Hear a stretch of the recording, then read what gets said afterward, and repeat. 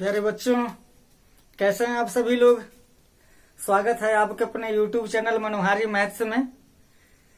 तो आइए कक्षा 7 गणित एक्सरसाइज 2B के अंतर्गत घातांक के नियमों पर आधारित कुछ प्रश्न देखते हैं। पहला प्रश्न है 2 की घात 3 गुणे 2 की घात 6। इसको सरल करना है और ये सरल ये क्या करना है कि 2 की आधार पर कितना घात आएगा। 2 की घात 3 गुणे 2 की घात 6 है, तो इसकी जो वैल्यू होगी वह 2 पर कितना घात लिए हुए होगा, ये हमको बताना है। तो देखिए इसमें जो रूल लगेगा घातांक के नियम का, हम पढ़े हैं a⁻m into a⁻n is equal to a⁻m+n, जहां a एक कोई शून्येतर राशि है, मतलब शून्य नहीं है, शून्य के अतिरिक्त है। तो यहाँ वही रूल लागू हो जाएगा। a की घात आधार बराबर है, घात जुड़ गया है क्योंकि इसका गुणा किया गया है। तो यहाँ पर आधार बराबर है, गुणा किया गया है, तो घात इसका जुड़ जाएगा। ये हो जाएगा 2 की घात 3 धन 6 बराबर 2 की घात 6 3 9 हो जाएगा। वैल्यू नहीं पूछा गया है। अगर वैल्यू पूछा गया रहता तो 2 गुणे 2 गुणे 2 गुणे 2 गुणे 2 9 बार गुणा करके हम इसका गुणा कर देते तो आंसर आ जाता। बस यही आंसर हो जाएगा। मतलब ये 2 की घात 3 गुणे 2 की घात 6 का जो मान होगा वह 2 की घात 9 हो जाएगा। आइए दूसरा क्वेश्चन देखते हैं। लिखा है कि 15 की घात 0 का मान कितना होगा। क्या होगा। तो यहाँ पर भी एक रूल है। सबसे पहले घातांक के नियम तो हमको क्लियर हो गए हैं, प्रीवियस वीडियोस में बताया जा चुका है, आप उसे याद भी कर लिए हैं। अब जरूरत इस बात का है कि प्रश्न जो हमारे सामने है, जो हमारे प्रश्न पत्र में आएगा, हमारे कंपटीशन में आएगा, वो प्रश्न किस सूत्र पर आधारित है। प्रश्न से सूत्र को कनेक्ट करना ये बहुत बड़ी प्रतिभा होगी। तो यहाँ हम ये देख पा रहे हैं, पढ़े हैं a की घात 0 बराबर 1। अगर a कोई एक शून्येतर राशि हो तो उसके पावर अगर 0 लगा देंगे तो उसकी वैल्यू 1 हो जाएगी। अच्छा, a की घात 0 बराबर 1 कैसे होता है, कई बच्चों के मन में प्रश्न उठ रहा होगा, उसको देख लिया जाए। जैसे मान लीजिए एक प्रश्न है a की घात m डिवाइड बाई a की घात n बराबर कितना हो जाएगा। a की घात m माइनस n होता है। ये फार्मूला है हमारा, पढ़े हैं हम इसको।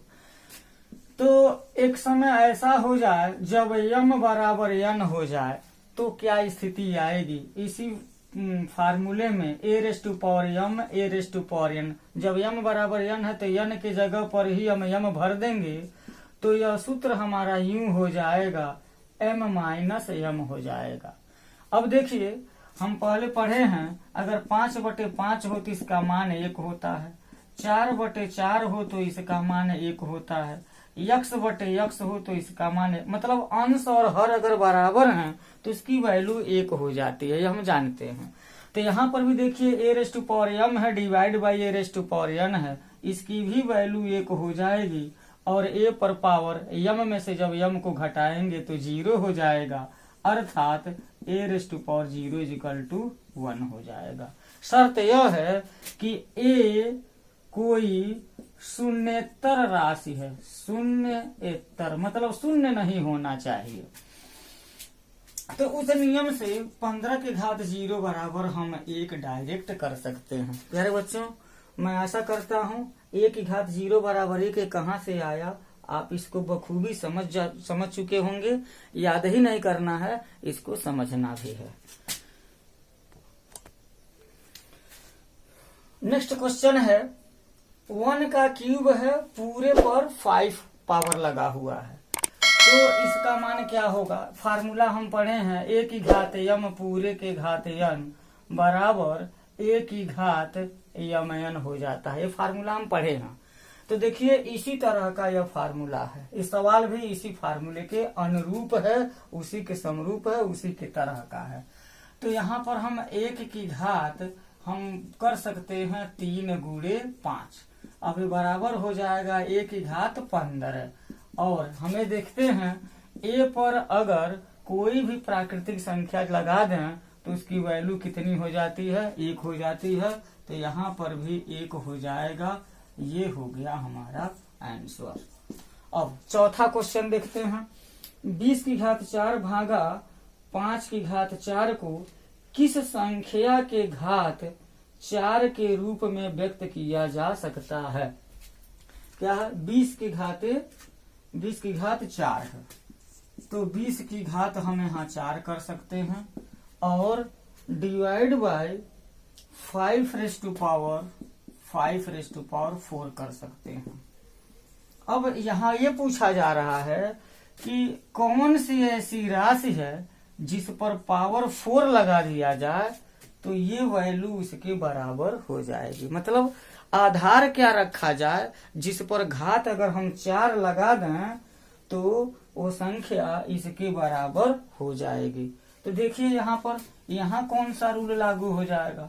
हम ये भी पढ़े हैं a की घात m डिवाइड बाई a की घात n बराबर a की घात m माइनस n हो जाता है।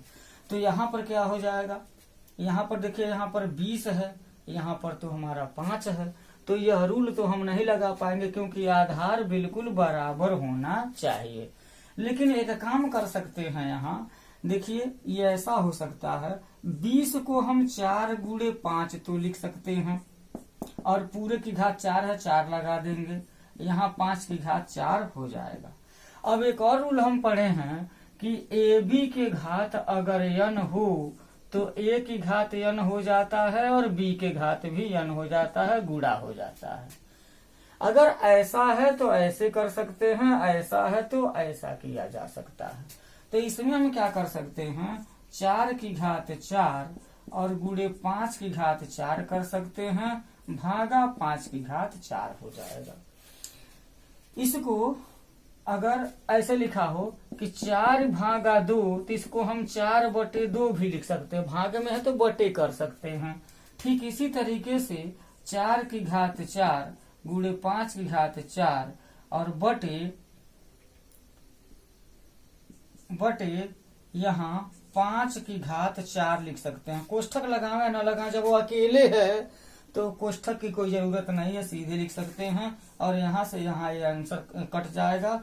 हमको यहाँ मिल जाएगा कितना, 4 की घात 4 हो जाएगा, यही आंसर हो जाएगा। मतलब ये है कि 20 की घात 4 भागा 5 की घात 4 को हम 4 की घात 4 लिख सकते हैं। मतलब ये कि आधार 4 लिखेंगे, उस पर पावर अगर हम 4 चढ़ा दें तो यह पूरी संख्या इसके बराबर हो जाएगी। नेक्स्ट क्वेश्चन देखा जाए, यहाँ दिया है 6 की घात 4 गुणे 6 स्क्वायर भागा 6 की घात 5 दिया है। इसका मान कितना होगा, सरल करना, सरल कीजिए लिखा गया है। तो प्यारे बच्चों, जो सवाल बहुत आसान है या रिपीटेड जो क्वेश्चन है उनको छोड़ दे रहा हूँ, जो थोड़ा सा कॉम्प्लिकेटेड है, आपको थोड़ा सा परेशानी खड़ा कर सकते हैं, उन्हीं प्रश्नों को यहाँ पर टेकअप किया जा रहा है। यहाँ पर देखिए गुणा भी है और भाग भी है। तो आप एक प्रश्न पढ़े, एक नियम पढ़े होंगे, भागु जोघ। भागु जोघ का मतलब पहले भाग देते हैं, उसके बाद से गुणा करते हैं, उसके बाद से जोड़ करते हैं और अंत में घटाना करते हैं। ये नियम मालूम है। इससे पहले कोका भी आता है, कोका भागु जोघ। पहले कोष्ठक को भी सरल करते हैं, उसके बाद से का सरल करते हैं, फिर भाग, फिर गु, फिर जोड़, फिर घटाना। इसको बाढ़मास का नियम भी कहते हैं, बाढ़मास। बाढ़मास का मतलब क्या हो जाएगा, सबसे पहले ब्रैकेट, उसके बाद से ऑफ, फिर डिवीजन, मल्टीप्लिकेशन, एडिशन और अंत में सब्ट्रैक्शन करते हैं। ये कक्षा 5 में ही ये सब नियम हम लोग पढ़ चुके हैं। तो वही रूल, यहाँ गुणा भी है और यहाँ भाग भी है। तो सबसे पहले हम क्या करें, को इसमें है नहीं, का इसमें है नहीं, भा है भाग, तो भाग यहाँ मौजूद है, तो पहले नियम के अनुसार हम भाग ही करें तो अच्छा रहेगा। तो 6 की घात 4 गुणे 6 की घात, यहाँ पर रूल लग जाएगा a⁻m divide by a⁻n is equal to a⁻m-1 घटाना हो जाता है। तो यहाँ पर क्या हो जाएगा, 6 की घात 4 पहले लिख लेंगे और 6 का वर्ग है भागा 6 की घात 5 है, तो a⁻m डिवाइड बाई a⁻n बराबर a⁻m-n हो जाएगा। तो 6 की घात 4 गुणे 6 की घात 2 में से 5 घटाएंगे तो ऋण 3 आ जाएगा। 2 में से 5 घटाएंगे तो ऋण 3 आएगा। ध्यान दीजिएगा, 5 में से 2 घटाएंगे तो धन 3 आएगा, 2 में से 5 घटाएंगे तो ऋण 3 आता है। क्या नियम क्या है, एक धन हो एक ऋण हो तो बड़ी में से छोटी को घटा देते हैं और बड़ी वाली का चिन्ह लगा देते हैं, तो यहाँ ऋण 3 हो जाएगा। अब देखिए भाग हो गया, उसके बाद से नंबर आता है गुणा का, तो गुणा है ही गुणा कर देंगे। यहाँ रूल क्या लागू हो जाएगा, a⁻m multiply by a⁻n is equal to a⁻m+n हो जाएगा। तो यहाँ पर क्या हो जाएगा 6⁴ प्लस यहाँ हो जाएगा -1, ये हो जाएगा a⁻m into a⁻n is equal to a⁻m+n।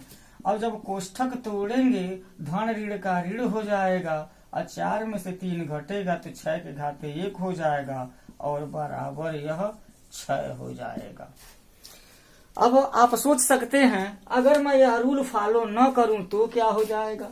Rule follow अगर नहीं करेंगे तो संयोग से इसका उत्तर बिल्कुल उतना ही आ जाएगा जितना यहाँ पर बताया गया है।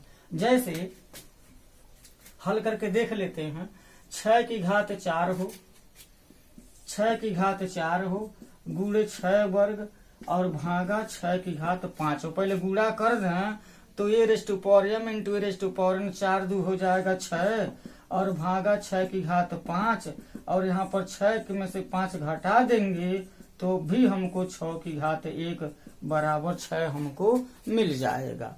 हाँ, लेकिन रूल की बात है, रूल के अनुसार ही अगर हम हल करें तो बहुत अच्छा हो गया। देखिए 2-3 लाइन में सवाल हल हो गया और यहाँ 1 2 3 4 5 लाइन लग गया है, तो रूल के अनुसार हल कर सकते हैं क्योंकि इसका फायदा बहुत बड़ा मिलेगा, रूल की जानकारी हो जाएगी और भी सवाल जितने होंगे उनको जब हम हल करेंगे तो हमको सही आंसर आएगा, उसमें गलत होने की गुंजाइश नहीं रहेगी।